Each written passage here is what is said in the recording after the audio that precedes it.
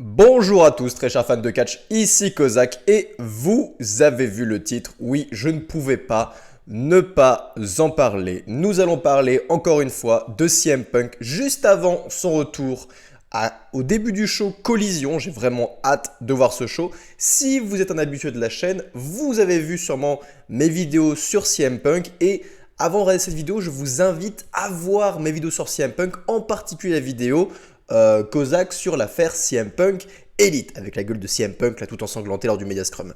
Vous la trouverez facilement, je crois d'ailleurs quand vous êtes sur ma chaîne, vous la trouvez en page de garde, il me semble.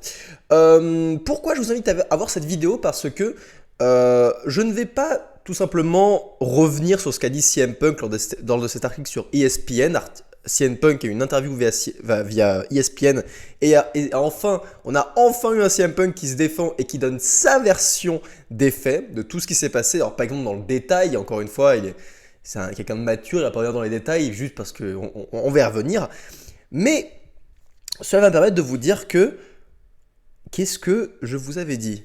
Est-ce que j'avais pas raison sur toute la ligne? Et je vous avoue que j'étais moi-même surpris à me dire à ce point. Mais en fait, tout ce que j'ai avancé, j'étais fier de me dire, j'ai suffisamment compris le personnage et tout le bordel et intéressé enfin, je connaissais suffisamment bien le personnage pour comprendre sa vision et ses faits. CM Punk a avoué, a validé tout ce que je pensais de sa version des faits, de ce que lui pensait de son état d'esprit lors de tout ce qui s'est passé lors de Media Scrum. C'est exceptionnel. Je n'attendais pas autant en fait. Vraiment, ce n'était que mon avis. Et quand j'ai vu ça, mais c'est incroyable. Donc, encore une fois, on va détailler ce qu'il a dit et valider tous les propos que j'avais mentionnés. CM Punk déjà commence par dire que lui, il connaît le catch professionnel, que c'est la forme de divertissement la plus bizarre au monde, mais pour lui, il la traite comme un business. Et c'est ce que je vous disais aussi, c'est que CM Punk pense business avant tout. Il n'est pas là pour faire copain-copain, il n'est pas là pour faire joujou. Non, lui, il veut faire du chiffre et des audiences parce qu'il sait qu'il est bon dans ce domaine. D'accord? Ça, c'est le truc le plus important. Il le traite comme un business et il n'a pas envie d'être confronté à des gamins, mais à des professionnels. Voilà, et directement il dit, je reviens, on va revenir au statu quo, j'ai perdu ma ceinture au dernier septembre, je vais revenir et on va retourner de ce postulat-là, d'accord? Je vais revenir là où je vous ai quitté. Mais ensuite, il va surtout revenir du coup sur tout ce qui s'est passé. Sur tout ce qui s'est passé, et il va commencer par détailler à quel point il était frustré de se blesser. Et il dit, là, dans le catch, c'est quand même dingue parce que des fois, on fait des mouvements de taré, on saute de l'échelle, on passe à travers des tables, on n'arrête pas de s'entraîner à la salle, de faire des footings hyper accélérés, on se blesse jamais. Et c'est l'un des trucs les plus cons qu'on se blesse. Dans mon cas, un mouvement qui était une routine pour moi et je me suis blessé le triceps. Chose qui est absolument stupide. Et CM Punk était frustré, il va le dire plus tard dans l'interview, mais si aussi il était autant en colère, et là c'était quelque chose que j'ai omis de dire lors du Scrum, c'est une des choses que j'ai oublié de mentionner, mais aussi c'est évident. Mettez-vous à la place d'un mec qui sort de 3 mois, je crois, de blessure au pied, ou les besoins de chirurgie. Il sort d'une blessure au pied. 3 mois après, il fait simplement 2 matchs et il se reblesse et doit encore aller en chirurgie. Le mec, il est frustré. Le mec, il a les boules et c'est normal parce qu'il veut faire des chiffres, faire des audiences. Pour ça, il faut être présent et il sait qu'il va devoir s'éclater des rings encore 6 mois. C'est énorme. Mais heureusement, comme il le dit, il avait tout un super soutien autour de lui, sa femme, son chien, tous ses amis, etc., etc., etc. Bon, cela étant dit, il va revenir enfin sur ce qui s'est passé et donner sa version des faits. Il dit avant ça que avant cette fameuse promo à Double or Nothing, pas Double or Nothing, mais cette fameuse promo à Dynamite contre Adam Page, CM Punk avait des bonnes relations avec l'élite. Notamment, il parlait couramment à Kenny Omega pour s'assurer que Punk n'allait pas faire des spots qui allaient voler la vedette à Kenny Omega. Que les deux, en fait, allaient travailler dans leur coin, faire leur truc à eux, sans jamais voler la vedette, voler la hype des autres. Et ça, encore une fois, c'est quelque chose de très professionnel. Et c'est ce que je vous dis souvent, c'est que les catcheurs ne doivent pas voler leur spot. Les catcheurs doivent briller dans leur domaine et s'assurer que dans le show, il n'y aura pas d'autres spots de ce genre. CM Punk en est conscient. Et à la AEW, on voit trop de gars faire tout le temps la même chose et du coup voler les spots du main event. Par exemple, on voit trop de gars, des jobbers se blader à l'écran alors que ça ne le mérite pas et qu'on préférait voir des main eventers se blader lors des grosses rivalités. Trop de gens se rentrent dedans avant le début du match, s'attaquent dans les coulisses, s'attaquent pendant les entrées des catcheurs, alors qu'on aimerait voir ce genre de spot lors des rivalités qui valent le coup. Par exemple, lorsque Jay White a attaqué Ricky Starks, il me semble. Non, je crois que c'est Ricky Starks qui allait confronter Jay White alors qu'ils sont entrés parce que les deux se détestent. Oui, c'est logique. Mais quand tu as le même segment plutôt avec des jobbers, avec des rivalités que tu n'en as rien à péter, bah ça enlève la hype du segment. Bref, ça, c'est un sujet à part. Mais CM Punk est conscient de la chose. Encore une fois, pour renforcer le fait que c'est un professionnel et qui peut vraiment aider les audiences et aider l'état d'esprit des catcheurs. Encore une fois, on ne parle pas de son comportement, on parle juste de son professionnalisme au sein du catch. Le mec, c'est un pro et il sait ce qu'il fait. Là-dessus, il n'y a pas de débat, il n'y a aucun débat à avoir, c'est un fait. Et du coup, il dit aussi que lors de ses rivalités précédentes, avec Eddie Kingston et MJF par exemple, il y a eu des confrontations assez pimentées au micro où Eddie Kingston et MJF ont attaqué CM Punk et ont mis en avant un peu ses défauts. Mais ces choses-là étaient préparées à l'avance. CM Punk, MJF, Eddie Kingston en avaient parlé avant. CM Punk savait à quoi se tendre, était d'accord à ce que MJF, Eddie Kingston fassent une sorte de shoot. Alors que non, ce n'était pas un shoot, c'était bien préparé. Chose que n'a pas fait Adam Page. Puisque lors de cette fameuse promo bizarre qu'on a bien détaillé, qu'on a bien décortiqué lors de ma vidéo l'affaire CM Punk Elite, CM Punk et Adam Page, avant la promo, avaient établi ce qu'ils allaient dire. On rappelle le contexte, c'est deux babyface qui vont faire une promo, les deux ne sont pas en rivalité, c'est deux babyface, donc les deux ne doivent pas forcément s'attaquer ou s'humilier. D'accord ? Sauf que Adam Page a décidé de partir en shoot, de sortir de ce qui était prévu pour attaquer CM Punk au micro.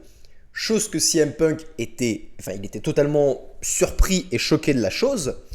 Et on rappelle la promo. Et CM Punk va la détailler. Page avait dit à Punk, tu disais que tu allais travailler pour aider les jeunes talents, etc., que tu étais de bon cœur, c'était de bonne foi. Mais depuis que tu es arrivé ici, tu as prouvé exactement le contraire. Moi, j'aime cet endroit, je défends cet endroit, c'est ma maison. Et ce dimanche, à The Burn Nothing, je ne vais pas défendre mon titre contre toi. Non, je vais défendre All Elite entier contre toi. Une promo qui était extrêmement chelou, mais vraiment stupide. Et n'allez pas écouter Sturi, parce que j'ai vu le retour de Sturi sur l'affaire, et lui dit, moi j'ai bien aimé cette ligne, je la trouve bien et tout. Non, cette ligne est nulle à chier, on a déjà expliqué pourquoi dans ma vidéo. Ce n'était pas... Le shoot est nul parce que CM Punk est celui qui ramène les audiences à All Elite Wrestling, c'est celui qui a ramené un nouveau public dans la tête de CM Punk. C'est comme si c'était un John Cena qu'on disait « Je vais défendre la WWE de toi, John Cena ». Ça ne fait aucun sens. je vais défendre AEW de ce que tu représentes à l'extrême limite, mais pas de toi. Le mec, c'est le visage de la compagnie. Cette promo ne faisait aucun sens. Et je vous avais dit que cette promo ne faisait aucun sens à part... Si Adam Page soupçonnait CM Punk d'une chose en particulier, qui était le renvoi ou l'affaire Colt Cabana, le contrat de Colt Cabana au sein de la AEW, qui coïncidait avec cette époque-là. Et devinez quoi ? Bingo, c'est exactement ça. Si CM Punk était énervé et extrêmement mal pris la chose, c'est qu'il a vu le lien, qu'il a senti une colère froide, une sorte de passif agressif. Un passif agressif de la part d'Adam Page. Le mec va pas lui dire les choses véritablement, mais il n'y a rien de plus énervant que le passif agressif. Il a très vite compris ce que Adam Page mentionnait. Après la promo, ils sont allés en parler backstage et Page a dit à CM Punk, Oui, j'ai shooté parce que je pense que c'est toi qui es responsable du renvoiement de Colt Cabana. Alors Colt Cabana n'était pas viré à cette époque-là et que enfin, c'était n'importe quoi, c'était stupide. Et Punk a dit à Page, mais gros, mais calme-toi, j'y suis pour rien, putain. J'y suis pour rien et j'en ai rien à foutre de ce mec. Et on ne peut que le croire parce que vu sa réaction au Media Scrum avec les journalistes, en mode les gars, vous me cassez les couilles, j'en ai rien à foutre de ce mec, c'est personne ce mec. Et oui, et encore une fois, c'est ce que je faisais dans ma vidéo, c'est tout ce charabia, le Adam Page, le non-professionnalisme du mec et la stupidité du mec. Rendez-vous compte, le mec, il pourra en parler à CM Punk backstage de cette chose. Mais une fois à la télévision, ce qui compte, c'est ce qui est pris à la télévision. Vous voyez ce que je veux dire? On fait des promos sur ce qui se base à la télévision, pas sur autre chose. Parce que le grand public ne sait même pas qui c'est Colt Cabana. Le grand public n'a rien à foutre de Colt Cabana parce que Colt Cabana, c'est une sous-merde. J'exagère, je suis peut-être violent, mais Colt Cabana, par contre, pour un fait objectif, n'est personne dans le milieu du catch. Et que toute cette histoire, que Adam Page fasse une promo shoot sur CM Punk, sur un mec aussi insignifiant et aussi nul que Colt Cabana, mais c'est quand même exceptionnel. Et ça révèle le non-professionnalisme de la chose et la gaminerie de la personne. Là-dessus, on avait déjà parlé. Et CM Punk, ça l'a gavé. Et il le confirme ici. Il l'a confirmé. Suite à ça, excusez-moi, je lis en même temps un peu le truc d'ESPN, c'est en anglais, du coup j'ai un petit peu de mal aussi de tout traduire et de reprendre mes mots. Laissez-moi juste 2 secondes. Ok. Et du coup, oui, voilà. On arrive là, c'est que CM Punk, du coup, n'a pas confiance en Adam Page parce qu'il sent un petit peu ce qu'Adam Page fait. Adam Page n'aime pas CM Punk. Adam Page est persuadé que Punk a renvoyé son ami Colt Cabana. Et du coup, CM Punk a un petit peu peur de bosser avec Colt Cabana. Il a un peu peur parce qu'il sait très bien que que travailler avec des gens en qui tu n'as pas confiance, des gens qui ne t'aiment pas, qui ont des tensions dans la vraie vie, ils savent que ça peut partir en couille dans un match. Et il n'avait pas envie de faire ce match contre Adam Page dans ces conditions. Il l'a fait quand même. Et pendant le match, ce qui a énervé Punk, c'est que Adam Page l'a chopé en plein visage et a quasiment blessé une dent, quoi, le mec. Et je vous laisse revoir ce spot, je pense qu'il est trouvable facilement sur YouTube. Vous tapez Adam Page chop CM Punk in the mouth. Et vous voyez la chop assez brutale d'Adam Page sur CM Punk. Alors, là aussi, j'ai vu le retour de Sturi qui commençait en mode oh, Punk petite victime. Mais putain, Punk petite victime, espèce de trou de balle. Et désolé, là je shoot contre Sturi, mais je dis cet argument encore une fois, c'est que ce sont ce genre de mouvements qui peuvent arrêter les carrières des catcheurs. Ce genre de mouvements à la con. Pas les mouvements forcément dangereux, alors que oui, ils le sont aussi, mais c'est les mouvements faits avec tension, avec une véritable tension. La carrière de Bret Hart s'est arrêtée avec un coup de pied. D'accord? La carrière de Bret Hart s'est arrêtée avec un coup de pied d'un mec qui était débile, Goldberg. Les coups comme ça, de mecs un peu débiles, parce qu'on a établi qu'Adam Page était débile, ça peut arrêter les carrières des gens. Et oui, CM Punk a raison de ne pas avoir envie, d'avoir un petit peu peur de bosser avec un gars qui est potentiellement dangereux parce qu'un mec qui lui en veut vraiment. Et oui, ça aurait pu être un accident. Adam Page a pu le choper par accident CM Punk. Enfin, quand tu vois la vidéo, c'est quand même assez énervé. Le mec lui frappe en plein visage, quoi. Il lève clairement son bras en plein visage. Donc bon, on a affaire à un débile. On a affaire à un gros débile mental. Et oui, Punk avait raison. Punk aurait pu perdre une dent. Il a raison de ne pas avoir envie de travailler avec ce mec. Au bout d'un moment. Et putain, Sturi, quand il lit cette ligne de texte, il dit « Oh, Punk, petite victime ». Mais non, Sturi, non, absolument non. Je sais pas si ce message viendra à toi, j'en ai aucune idée. Mais non, absolument pas. Absolument pas. C'est dangereux. C'est véritablement dangereux. Et du coup, Punk dit, et du coup, moi, ce match, je le considère comme un très mauvais match de catch parce que j'essaie de me protéger plutôt que de penser au match. Et du coup, je suis pas content de ma performance. Et du coup, au moment où il me chope en plein visage, moi, je me dis pas, ok, on enchaîne. Je me dis, ok, est-ce que tu as fait ça volontairement, sincèrement? Et du coup, il est énervé. Et il arrête pas de se dire, ok, et qu'est-ce que je dois faire? Est-ce que je dois lui rendre une chope dans le plein visage pour lui faire comprendre? Mais du coup, ça change la dynamique, ça empoisonne tout pour moi, et ça rend le tout vraiment, vraiment, vraiment sale. Alors, et il dit aussi du coup, et depuis ce jour-là, rien n'a été fait pour améliorer la situation. Rien n'a été fait pour améliorer cette chose ou pour, voilà, pour mettre à plat ce qui s'est passé. Et encore une fois, alors peut-être que Punk est un petit peu dur envers sa performance. Là-dessus, c'est un catcheur qui était directement impliqué dans ce match. Donc on peut comprendre que le mec était frustré de ce match et pas contre sa performance. Le match reste sympa, il reste regardable, il n'y a pas de problème à ce niveau-là. Mais je comprends que CM Punk soit dur envers lui-même, soit dur envers ce qu'il a pensé de ce match, puisqu'il n'était pas dedans au moment de la performance. Et je pense que les catcheurs ne re-regardent pas non plus leur match trop. Je pense qu'ils regardent beaucoup d'autres matchs, d'autres lutteurs pour s'inspirer. Mais tel un comédien, les comédiens n'aiment pas revoir trop leurs films, leurs performances, parce que ils se sentent un peu gênés, et c'est normal. Je pense que c'est pareil pour les catcheurs.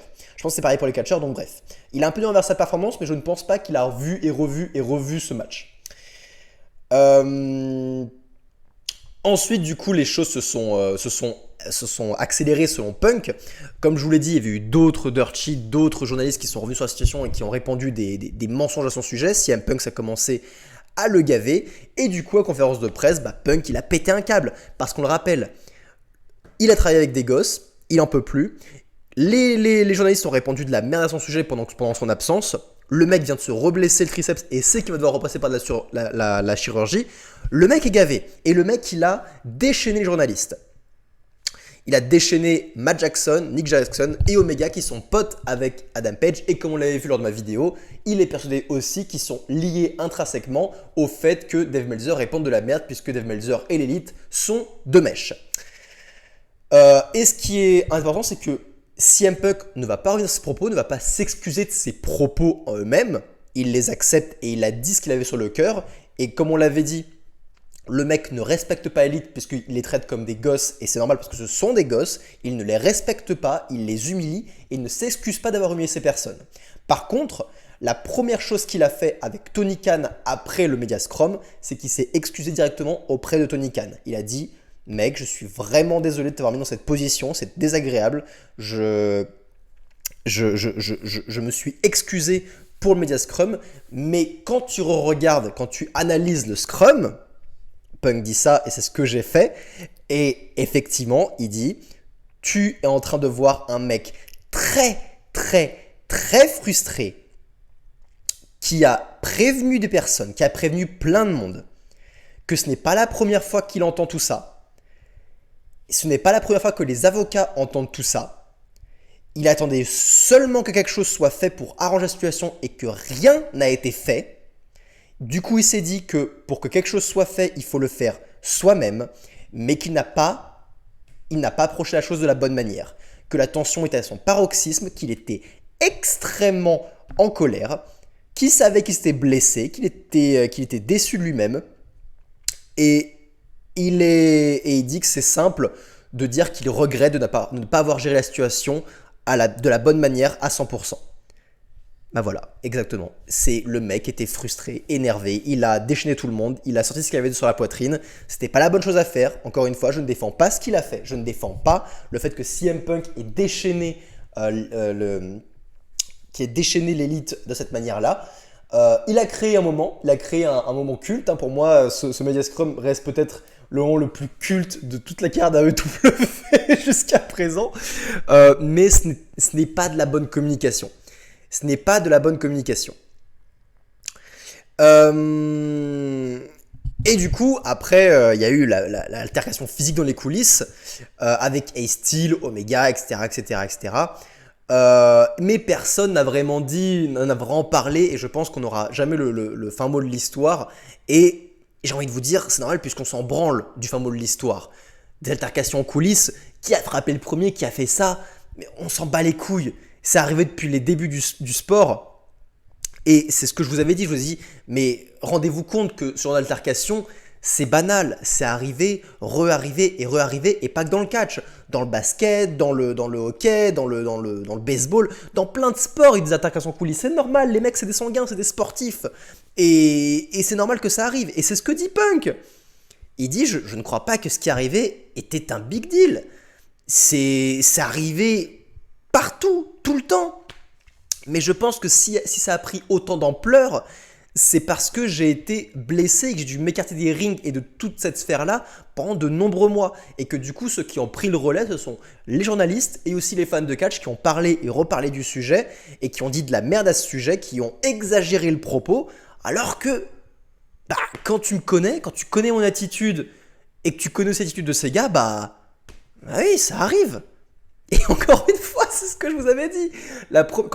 Ma vidéo commençait avec: si vous connaissez l'état d'esprit des catcheurs, que vous connaissez tout le contexte, la chose n'aurait pas pu se passer autrement. Et Punk le dit à sa manière: si vous me connaissez, vous ne devez pas être surpris, quoi. Mais franchement, quand je vous dis que j'étais ravi de cette interview, genre vraiment à quel point il validait tous mes propos, j'étais quand même, j'imaginais pas quand même pas à ce point la chose, vous voyez ce que je veux dire?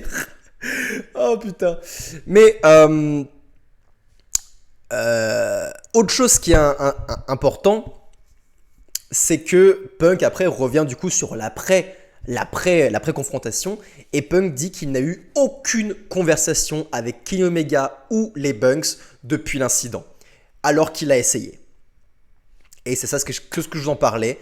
CM Punk essayait de recontacter Omega et les Bucks pour faire quelque chose de ce segment, de créer une storyline et un big match avec ce segment, mais qu'encore une fois, que eux ne voulaient pas, ne voulaient rien savoir de tout ça, que ce sont eux du coup qui ont forcément forcé un brand split, puisque les mecs ne peuvent pas travailler ensemble, puisque les Bucks, l'élite, refusent de bosser avec CM Punk. Donc les vice-présidents et la star de la compagnie sont en friction et ils sont obligés de créer un brand split autour de ça. C'est ridicule. Tout ça parce que ce sont des putains de gamins. Encore une fois, je vais shooter sur Sturi, mais Sturi avance que, de toute façon, un big match entre CM Punk et l'élite, c'est pas un big money match parce que le mal a été fait, au final ça a pas ramené des audiences. Non, je suis pas d'accord, évidemment que non, évidemment que si, ça va être un big money match, ça aurait été un big money match. CM Punk contre Kenny Omega ou CM Punk et FTR contre l'élite en entier, ça aurait été un banger, ça aurait ramené des audiences, bien sûr que oui. La foule aurait été complètement divisée, ça aurait été jubilatoire à regarder. Et comme je vous le disais, même si les gens ne sont pas forcément des fans de la WWE, ils savent ce qui s'est passé. Ils savent qu'il y a des vraies tensions au sein de ces gars. Mais s'ils sont prêts à travailler ensemble, les choses vont se faire de la meilleure des manières possibles. Et du coup, les gens hors AEW auraient été enclins à voir un vrai combat où les choses seraient peut-être parties en couille. Vous voyez ce que je veux dire? Bien sûr que si, que ce match aurait ramené du monde. Évidemment que si, ça aurait été l'un des plus gros matchs de la carrière de la AEW. Franchement, ce mec, je le suivais avant ce mec, mais je trouve qu'il dit de plus en plus de la merde. C'est dommage. C'est dommage. En tout cas, encore une fois, ça confirme ce que je disais. Il y en a un professionnel qui, certes, a un comportement un peu sanguin, mais qui veut utiliser la chose pour faire du chiffre. Et les autres qui sont que des gosses, qui préfèrent être dans leur petite bulle, dans leur petit cocon, qui préfèrent profiter de l'argent dépensé comme ça par Tony Khan pour faire leur délire à la con. C'est leur problème, mais c'est pas la même mentalité et c'est normal que ça pète. Et puis après, il revient sur le fait que CM Punk ressent qu'il a été dépeint comme le méchant de l'histoire dans les articles des journaux, alors que tout ce qu'il faisait lors du Media Scrum, c'était juste se défendre sur la situation. Et malheureusement, là était peut-être son erreur, c'est que comme il l'avait dit lui-même, lorsque vous vous défendez, vous sonnez comme quelqu'un qui est sur la défensive. Et ce n'est jamais bon. Et ça a juste amplifié et empiré le côté méchant qui est dépeint. Et oui, et ça me tue, mais CM Punk, par rapport aux fans de catchmark pas très très malins, est considéré comme le sombre trou du cul, comme le seul vient de l'histoire, comme la drama queen, comme le mec qui fout la merde. Alors que, putain, le mec se fait shooter pour des choses qu'il n'a pas fait en live à la télévision. Le mec se fait choper au visage par un débile mental qui est champion de la compagnie. Le mec veut juste aider des jeunes talents, mais se retrouve dans une position où on l'accuse de choses qu'il n'a pas fait par des journalistes. Le mec en a plein le cul. Le mec travaille avec John Moxley qui veut faire comme Rocky 3 et juste il travaille avec un mec qui a un ego surdimensionné et qui veut pas perdre contre la plus grosse star de la compagnie. Bref, le mec travaille avec une poignée de gosses et il en a plein le cul. Et oui, il se défend parce qu'il est accusé, parce que les gens disent « Ah, c'est la faute de CM Punk, c'est un connard et tout ». Encore une fois, il n'est pas tout blanc. Je vous le rappelle, il a un gros ego, il est très très fier de lui. Et encore une fois, je vous ai dit que ça, bien sûr que ça a des avantages et des défauts, mais je vous dis aussi que quand tu es une star, tu es obligé d'avoir un ego. Conor McGregor ne serait pas qui il est sans son ego et sans sa fierté. Tout comme Khabib Nurmagomedov, qui est beaucoup plus sage, mais qui a lui aussi une sacrée fierté. Toutes les stars sont fières. Et quelqu'un de fier, si tu dis dans son dos, eh ben, il va te démarrer et il va être en colère. Mais c'est comme ça que tu es une star dans le milieu du combat. Aucune personne au milieu du combat n'est pas une star sans être fière. C'est normal, c'est la base de la chose. Bref, après, juste, il revient à sa position, il dit que la mission n'a pas changé, que pour lui, il est là pour élever les jeunes talents, pour élever les gars comme Hobbs, comme Starks, pour élever les gars qui pensent avoir du potentiel, tout comme MJF. Et il dit qu'en ce moment, il revient, quand même, il critique un peu le booking de la fédération aussi, tout comme moi. Il dit que MJF ça a réussi, le mec a cartonné, maintenant il nous faut plus de gars parce que là la fédération tient sur un seul mec et le jour où il va partir, ça va être trop tard. Il est temps d'élever d'autres talents et il sait qu'il y a du potentiel partout et il a hâte d'utiliser Collision comme un tremplin pour créer des stars. Et au sein de ce roster, CM Punk est la personne la plus à même de créer des stars, de créer ces jeunes talents, de les élever. Donc c'est pour ça que j'ai vraiment hâte de voir ce show Collision, puisque je sais qu'il sera beaucoup plus prometteur et important pour les catcheurs que Dynamite. Et là-dessus, c'est quasi certain. Bref, il est un peu tendu parce qu'il va être le poster boy d'un show qui va apparaître le samedi. Le samedi n'a plus été une date hebdomadaire pour le catch depuis Main Event à je ne sais plus quelle année. Ça remonte il y a quand même à beaucoup de temps. Le samedi est connu pour être une soirée un peu exceptionnelle pour les pay-per-view ou les PLE. Et que du coup, voilà, il va devoir créer une audience. Il prend ça comme un challenge, ça va être très compliqué. Parce que tout repose un petit peu sur ses épaules. En tout cas, au début, tout va reposer sur ses épaules. Il prend ça comme un challenge, il a hâte. Il est un petit peu tendu, c'est sûr, on va pas se mentir. Il doit faire des chiffres, il doit faire des audiences. Bref, c'est excitant selon lui et il est juste revenu sur tout ce qui s'est passé dans sa version des faits. Je pense que pour beaucoup de gens, cela va aider à comprendre CM Punk et à aider à comprendre la personne. Moi qui l'avais déjà compris, je suis content de voir que tous mes propos ont été validés. Encore une fois, il n'y a rien de plus à dire. La situation n'a pas changé. CM Punk travaille avec des gosses. Un brand split a été créé juste parce qu'il travaille avec des gamins, juste parce que ses vice-présidents de la compagnie auquel il bosse sont des putains de gamins. C'est juste dingue d'être arrivé à là. Écoutez, rien n'a changé. On a hâte de voir Collision. Dites-moi ce que vous pensez de tout ça dans les commentaires. Et si vous êtes un fan de Elite, je suis navré pour vous. C'était Kozak, prenez soin de vous, bande de fans de catch.